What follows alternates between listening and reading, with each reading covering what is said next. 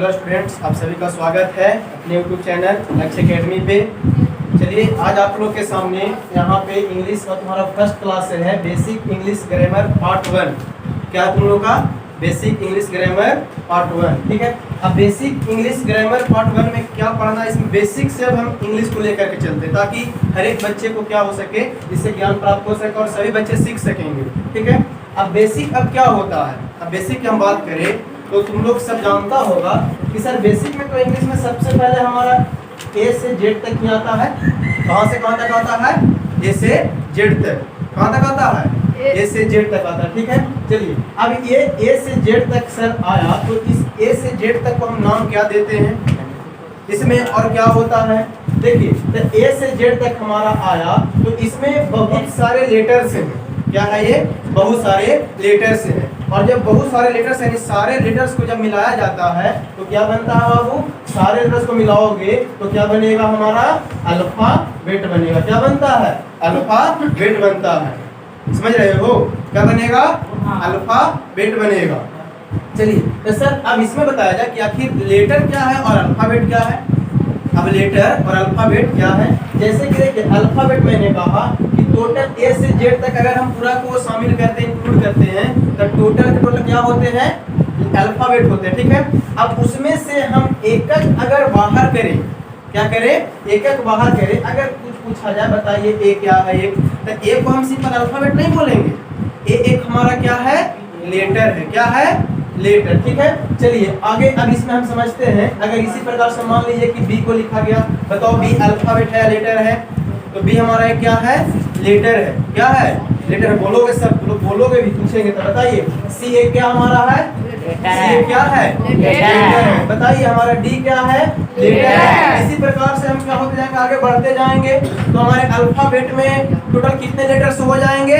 26 कितने हो जाएंगे बाबू? 26 हो जाएंगे। कितने लेटर्स? 26 हो जाएंगे। चलिए तो अब how can define letters and how can define alphabet. Alphabet को हम कैसे डिफाइन करें, उसको परिभाषित कैसे करें, और हम लेटर को कैसे परिभाषित करें, ठीक है ना। तो सबसे पहले हम यहाँ पे अल्फाबेट और लेटर को क्या करते हैं? परिभाषित करते हैं। चलिए देखिए इसको अब इरेज करते हैं। यहाँ तक हमें समझने का था कि ए से जेड तक हमारा पूरा अल्फाबेट होता है और उसमें से अल्फाबेट में से प्रत्येक एक भाग को अगर निकालते हो तो वो हमारा प्रत्येक एक भाग होता है। जैसे बी बोले, सी बोले, डी, इसी प्रकार से निकालते चलोगे तो वो लेटर होता है। क्या होता है? वो लेटर होता है। हिंदी में ऐसे अल्फाबेट और लेटर को हम लोग वर्ण और वर्णमाला कहते हैं, हिंदी में पढ़े होगा, ठीक है ना।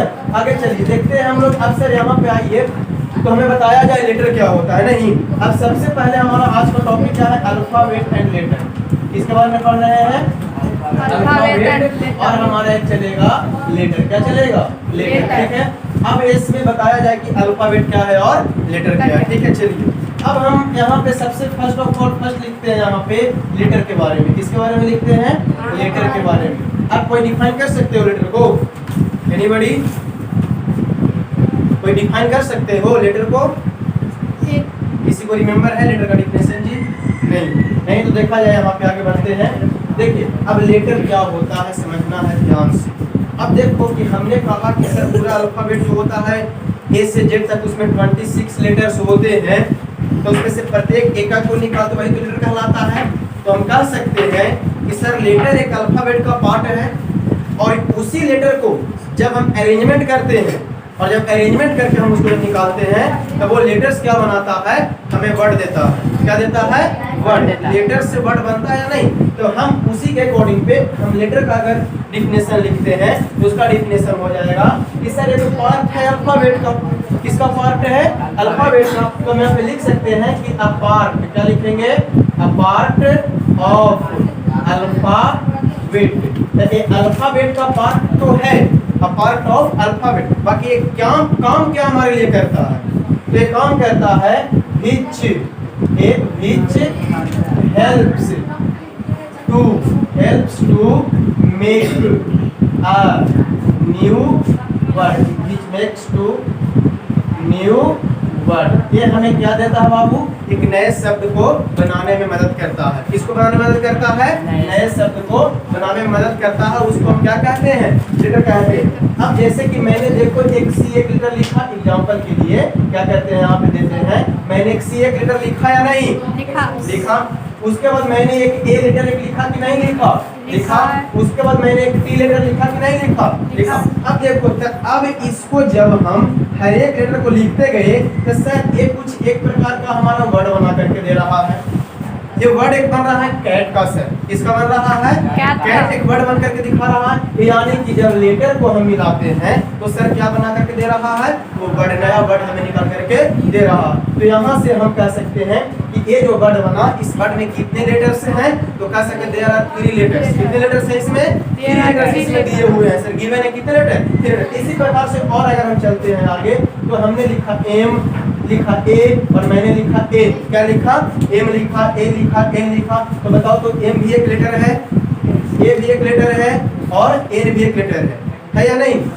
तो जब ये सब लेटर, जब इसको सबको मिलाए तो क्या बना करके दिया? वर्ड बना करके दिया। और ये सब पार्ट किसका है? अल्फाबेट का। पार्ट किसका है? अल्फाबेट का। देखिए तो कैसे पार्ट हुआ? क्योंकि एम भी तो हमारा ए से ए जेड के बीच में ही आता है, आता है इसी के बीच में। अब इसमें से हम एम को निकाल लिए तो एक लेटर हो गया। क्या हो गया? एक लेटर हो गया। फिर यहाँ से हम कह सकते हैं ए भी हमारा क्या हो गया? इसी के बीच में से आया था, एक लेटर हो गया। और फिर एन भी क्या हो गया हमारा? इसी में से निकला तो भी क्या हो गया? लेटर। तो जैसे ही मैंने इसमें डिफाइन को वही लिखा डिफिनेशन। देखिए क्या पार्ट ऑफ अल्फाबेट, ये सब अल्फाबेट के पार्ट है। बट ये काम क्या करता है? Which helps to make a new word, हमें मदद करता है नए वर्ड को बनाने में। किसको बनाने में? नए वर्ड को बनाने में हमें मदद करता है कौन? लेटर करता है। कौन करता है? लेटर करता है। यानी कि एक वर्ड बना हुआ है तो उस वर्ड में लेटर्स का ही जरूरत पड़ती है। जैसे कि मैंने लिखा MANGO, तुमसे पूछेगा how many letters in the meaning, इस मीनिंग में कितने लेटर्स हैं? तो बोलोगे कि सर देयर आर 5 लेटर्स।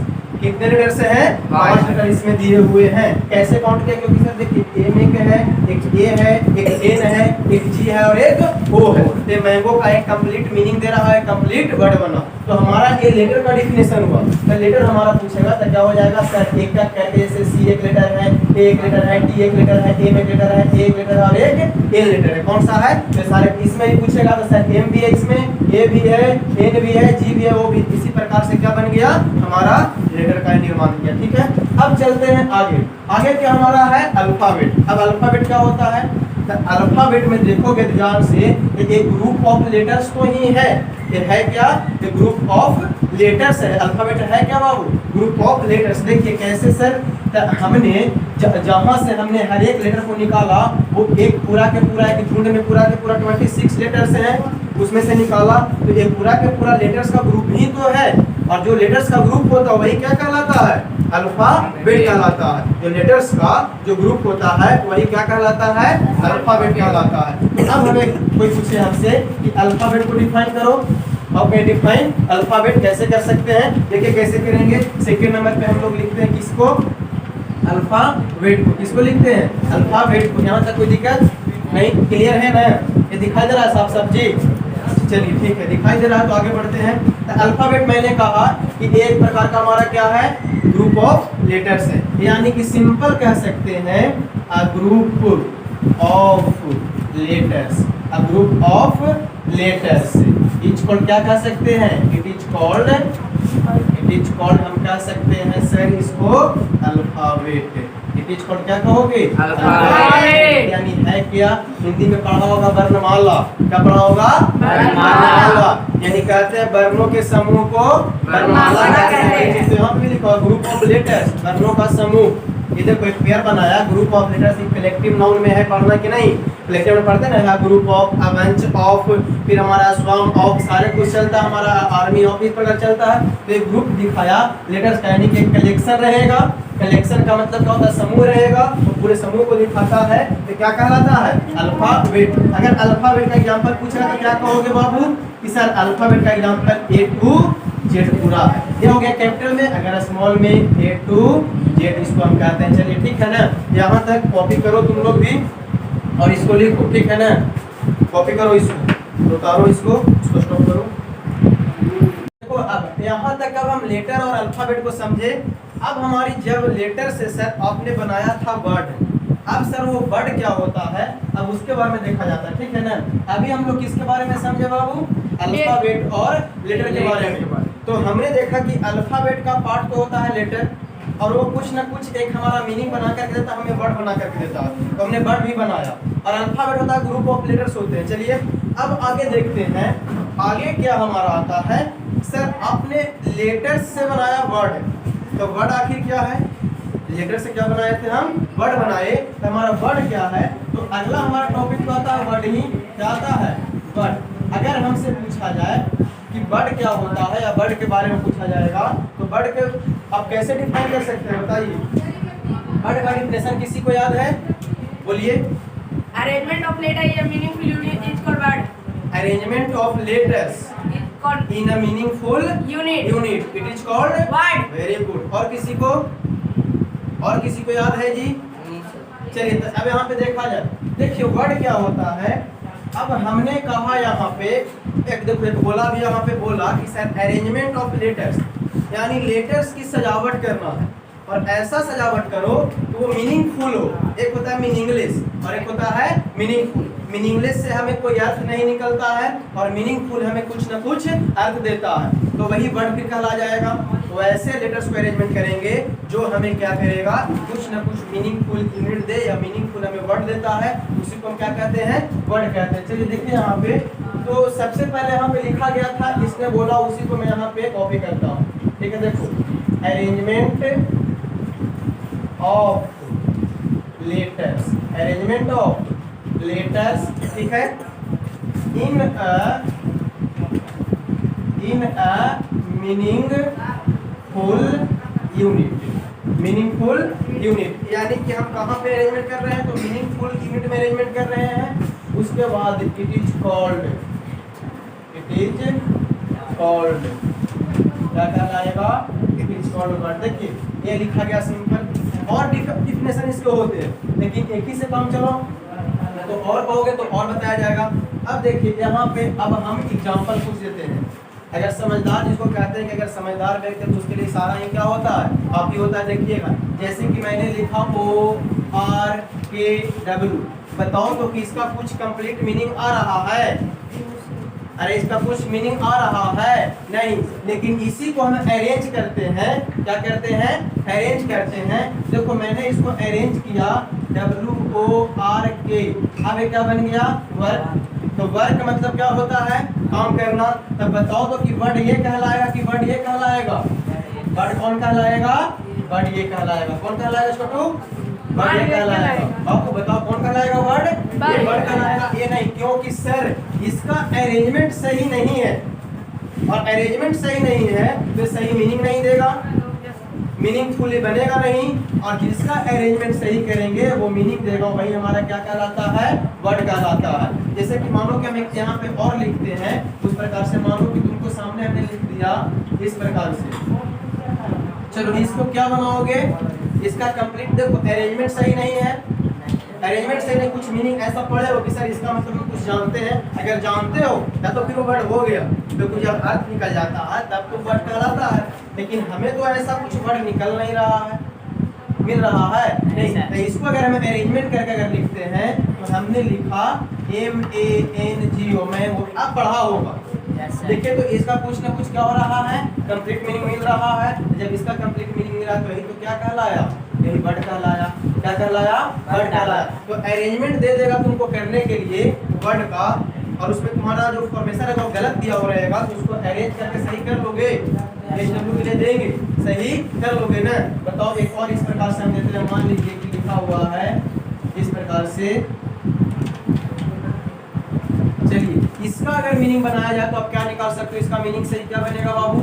ये भी हमारा देखो, इसमें तो सर ये हमारा देखो ये क्या है? 1 2 3 4 5 6 7 लेटर्स तो हैं, 7 लेटर्स तो हैं, और ये ग्रुप ऑफ लेटर्स भी है, बट इसका कुछ मीनिंग नहीं आ रहा। एक तरीके से और हम वर्ड को डिफाइन कर सकते हैं, a well arranged group of letters which makes a complete sense, it is called word. यानी वेल अरेंज्ड का मतलब होता है अच्छे से वर्जित किया हुआ या अच्छे से सजाया हुआ। हमारा वर्णों का समूह या अक्षरों का समूह जो हमें एक कंप्लीट अर्थ देता है या कंप्लीट मीनिंग देता है, उसी को हम क्या कहते हैं बाबू? वर्ड कहते हैं। ये भी कह सकते हैं इसको कि well arranged group of letters, well arrange कहेंगे। तो बताइए इसका कोई मीनिंग दे सकते हैं? इसका मीनिंग क्या बनेगा बाबू, बताओ कोई? टीचर बनेगा। देख लेते हैं, देखिए टीचर का मीनिंग क्या बनता है? TEACHER। देखिए अब हमको पहले सबसे पहले इसको लेटर को इक्वल करना पड़ेगा। लेटर इक्वल है दोनों तरफ की नहीं। 1 2 3 4 5 6 7 लेटर्स, 1 2 3 4 5 6 7 लेटर्स, ठीक है। कोई मिस तो नहीं हुआ लेटर्स इसमें कि अलग से ऐड कर दिए हो? ध्यान से देखिए, टी इसमें था, टी यहाँ पे लाए, ठीक है सर। ई इसमें था, इसमें ई लाए, ए है, ए लाए, सी है, सी लाए, एच है, एच लाए, ई है, ई लाए और आर है, आर लाए, यानी कि सर बराबर है, कोई दिक्कत नहीं है। यानी यही मीनिंग को हमको अरेंज करके हमको कंप्लीट मीनिंग बनाते हैं। तो क्या बनता है? टीचर का मीनिंग बनेगा। किसका मीनिंग बनेगा? टीचर का मीनिंग। इसको कॉपी कर लो, ठीक है। इसको उतार लो अपने नोटबुक में और इसको कर करके याद भी करो। चलिए देखिए अब आगे इसमें आते, अभी हम लोग वर्ड तक देखें, ठीक है। अभी हम वर्ड का टाइप्स भी पढ़ेंगे। उससे पहले हम क्या करते हैं कि सर जब वर्ड तो हमने पढ़ा, तो वर्ड का यूज कहाँ होता है, उसका प्रयोग क्या है? तो वर्ड को हम लोग यूज करते हैं किस चीज में पता है? सेंटेंस को बनाने के लिए। एक एक वर्ड को मिलाएंगे तो क्या बनेगी? सेंटेंस बनेगी। क्या बनेगी बाबू? सेंटेंस बनेगी, ठीक है। चलिए तो ध्यान पूर्वक सब लोग देखिएगा, आप लोग भी ध्यान दीजिएगा, सब लोग जो भी यूट्यूब वाले हैं वो भी ध्यान दीजिएगा, ठीक है। बाकी लोग जो है ऑफलाइन वो भी ध्यान दीजिएगा। देखिए तो अब हमारा वर्ड जो है वो वर्ड क्या बनाता है बाबू? सेंटेंस बनाता है। तो सर सेंटेंस को कैसे डिफाइन करेंगे?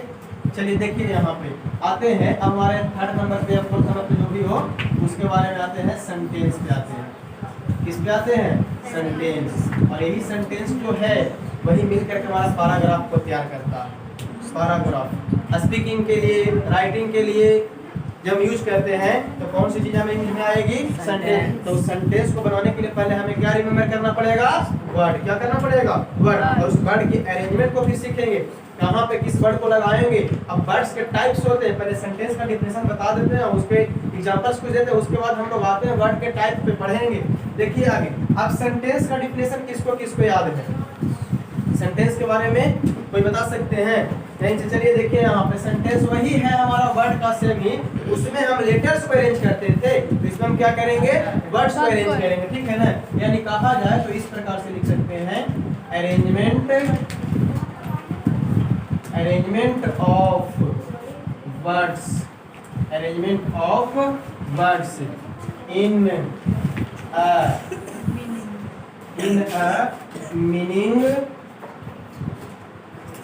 Full unit. ऐसा यूनिट में यूज करना है तो मीनिंगफुल यूनिट का। मीनिंगफुल और मीनिंगलेस समझ में आया? मीनिंगलेस मतलब जो अर्थहीन हो, इसका कोई अर्थ नहीं हो, और मीनिंगफुल का मतलब जो अर्थ से भरा हुआ, उसमें अर्थ हो, कुछ ना कुछ उसका सारांश निकलता हो, अर्थ निकलता हो, ठीक है। चलिए उसके बाद unit, it is called sentence, it is called sentence, ठीक है। यहाँ तक। अब जैसे कि हम देते हैं कुछ वर्ड्स, उस वर्ड्स को अरेंजमेंट करना कैसे करेंगे? देते हैं हम वर्ड, जैसे मान लो कि मैंने लिखा, ये लिखा, उसके बाद लिखा राम लिख दिया, ठीक है। उसके बाद लिख दिया, फिर इज लिख देते हैं, उसके बाद लिख दिए कि मान लो कि स्टूडेंट लिख दिए, और उसके बाद मैंने लिख दिया, ठीक है। इतना मैंने लिखा। अब देखो तो ये चीज, तो देखो यहाँ पे मैंने लिखा a Ram is a student good. अब इसको अगर देखोगे, अगर ठीक है, जिसको अगर आता है अरेंजमेंट करना, अरेंजमेंट कर सकते हो, और टूलों को भी अगर आता है तो उसको कमेंट में डाल दीजिए, ठीक है ना, लिख करके कि सर हाँ इसका ये मतलब कि सही अर्थ निकलता है, इसको ऐसे अरेंजमेंट करके देखें। तो अब ऐसे इसको लिखा गया तो कुछ अर्थ दे रहा है, नहीं दे रहा है, क्योंकि वर्ड तो है, देखिए 1 वर्ड 2 3 4 5 वर्ड्स इसमें इंक्लूड है। कितने वर्ड्स इंक्लूड है? 5 वर्ड्स इंक्लूड है, but not given here meaning completed. But यहाँ पे हम लोग को दिखना क्या है, इसको अरेंजमेंट सही कैसे करेंगे, क्या करना है? अरेंजमेंट सही करना है। तो हमको अरेंजमेंट सही करने के लिए हमें सबसे पहले इसमें पहचानना पड़ेगा सब्जेक्ट, उसके बाद वर्ब, फिर अदर वर्ड को हम लोग देखेंगे। तो वो चीज हमारे सेंटेंस के पार्ट में आते हैं, तो पढ़ेंगे। अभी जब तक कि टाइप्स ऑफ वर्ड नहीं पढ़ेंगे तब तक आगे हम उसके आगे नहीं बढ़ेंगे। पहले हम इसको एग्जांपल के लिए समझाया जाता है। बताओ कोई इसको अरेंज कर सकते हो? अरेंज करके क्या बनाओगे? बोलो। Ram is a student, good student. हाँ, राम बनाओगे, इज बनाओगे, ए गुड स्टूडेंट, क्या बनाओगे? स्टूडेंट बनाओगे। अब देखो इसमें एक वर्ड, दो वर्ड्स, थ्री वर्ड्स, फोर और फिफ्थ वर्ड्स, इसमें 5 वर्ड्स क्या है इसमें इंक्लूड है। तो सर इसमें जो वर्ड्स इंक्लूड है, एक सेंटेंस को बनाया तो सभी वर्ड्स का अपना अपना अलग अलग क्या होगा, पार्ट होगा, अपना अलग अलग इसका क्या होगा, अलग अलग पार्ट्स होगा, अलग अलग इसका कैटेगरी होगा, सबका अलग अलग होगा। जैसे कि देखिए अब हम बात करते हैं काइंड्स ऑफ वर्ड का, तो बताओ कि काइंड्स ऑफ वर्ड का अगर बात करते हैं तो राम काइंड्स ऑफ वर्ड के किस सेक्शन में आता है? तो सर कहोगे कि सर ये नाउन है, वो भी ये नाउन है और वो भी प्रॉपर नाउन। जब नाउन में आएंगे तब इतना ही पहले हम कहते हैं। जब ईज में आओगे तो कहो कि सर ईज जो हमारा है वो ईज तो हमारा एक वर्ब है, क्या है, एक वर्ब है। अब देखिए इसमें एक ए डाला गया है, तो सर ए को कहोगे सर ये एक हमारा क्या है सर, आर्टिकल है। और आर्टिकल कुछ होता नहीं है सर, आर्टिकल एक एडजेक्टिव का ही क्या है, रूप है। कि क्या है, एक एडजेक्टिव का रूप है तो आर्टिकल वास्तविक में, लेकिन जो आर्टिकल होता है वो वास्तविक में एडजेक्टिव का ही रूप होता है। फिर देखिए गुड तो एकदम रियली में क्या है बाबू, एडजेक्टिव है, क्या है, एक रियली में एडजेक्टिव है। और देखिए यहाँ पे स्टूडेंट, स्टूडेंट भी क्या है, एक प्रकार का नाउन है, क्या है, नाउन है। तो सर इसमें तो कई चीज मिलकर के बना हुआ है, इसमें सर नाउन है, वर्ब है, आर्टिकल है, एडजेक्टिव है, तब जाकर के क्या बना रहा है, सेंटेंस बना रहा है। यानी कि एक सेंटेंस होने के लिए कई तरह के वर्ड चाहिए, यानी काइंड्स ऑफ वर्ड चाहिए। सर आप ये कैसे निकाल रहे हैं सर? तो इसके बारे में तुलों को भी पढ़ाएंगे जब काइंड्स ऑफ वर्ड, तो तुलों भी आसानी से किसी सेंटेंस को क्या कर सकते हो, निकाल सकते हो, फाइंड कर। जैसे कि मैं यहाँ पे देखो लिखते हैं कि water is necessary, water is necessary for health, water is necessary for health. यहाँ पे लिखे एग्जाम्पल, अब एग्जाम्पल देखो ले रहे एग्जाम्पल लिखे, सेंटेंस लिखे कि water is necessary for health. अब इसमें हमको अगर कहा जाए कि बताया जाए कि सर इसमें अगर वाटर लिखे, ई लिखे, नेसेसरी लिखे, फॉर लिखे, हेल्थ लिखे, तो अब एक क्या क्या हमारा काइंड्स ऑफ वर्ड्स है। देखो वाटर एक वर्ड है, इज भी एक वर्ड है, नेसेसरी भी एक वर्ड है, फॉर भी एक वर्ड और एक हेल्थ भी वर्ड है। तो कहा जाए कि सर बताइए तो वाटर कौन सा नाउन है सर? वाटर हमारा कौन सा नाउन है? तो एक मटेरियल नाउन है, और ये हमारा नॉर्मली यहाँ पे भी काइंड्स ऑफ वर्ड की बात कर रहे हैं तो क्या कहलाएगा, नाउन कहलाएगा। और अगर नाउन की में भी अंदर पूछेगा तो वो क्या कहेंगे सर, ये मटेरियल नाउन है। ईज तो भी बताया कि सर ईज हमारा एक ऑक्सिलरी वर्ब के रूप में यूज होता है, यानी हम इसको वर्ब भी कह सकते हैं, ठीक है। नेसेसरी हमारा क्या है, तो सर नेसेसरी एक हमारा एडवर्ब है, क्या है, एक एडवर्ब है। सब देखिए फिर उसके बाद प्रीपोजिशन हमारा है फॉर, फॉर क्या है बाबू, प्रीपोजिशन है, क्या है बाबू, फॉर, फॉर एक हमारा प्रीपोजिशन है। और हेल्थ क्या है हमारा, हेल्थ एक हमारा नाउन है, क्या है बाबू, नाउन है। तो ये सेंटेंस का हो गया, किसका हो गया, अब सेंटेंस है कि अब इसमें हम लोग पढ़ेंगे सेंटेंस के टाइप्स पढ़ेंगे, ठीक है, और प्रत्येक टाइप्स का डिफिनेशन पढ़ेंगे। अभी इसके बाद लेकिन अगले क्लास में हम लोग क्या करेंगे कि काइंड्स ऑफ वर्ड्स को पहले देखेंगे, यानी काइंड्स ऑफ वर्ड बताओ, how many kinds of word, how many kinds of word, there are 8 kinds of word, 8 होते हैं। कितने होते हैं? जो हम पार्ट्स ऑफ स्पीच जिसको कहते हैं वही हमारा काइंड्स ऑफ क्या है बाबू, वर्ड है, क्या हमारा है, काइंड्स ऑफ वर्ड। तो ठीक है, आज की क्लास यहीं तक। आप लोग से अनुरोध है कि हमारे चैनल को थोड़ा शेयर और लाइक भी करते रहिएगा, और वीडियो को जितना जितना हो सके आप शेयर कीजिए और आगे बढ़ाइए।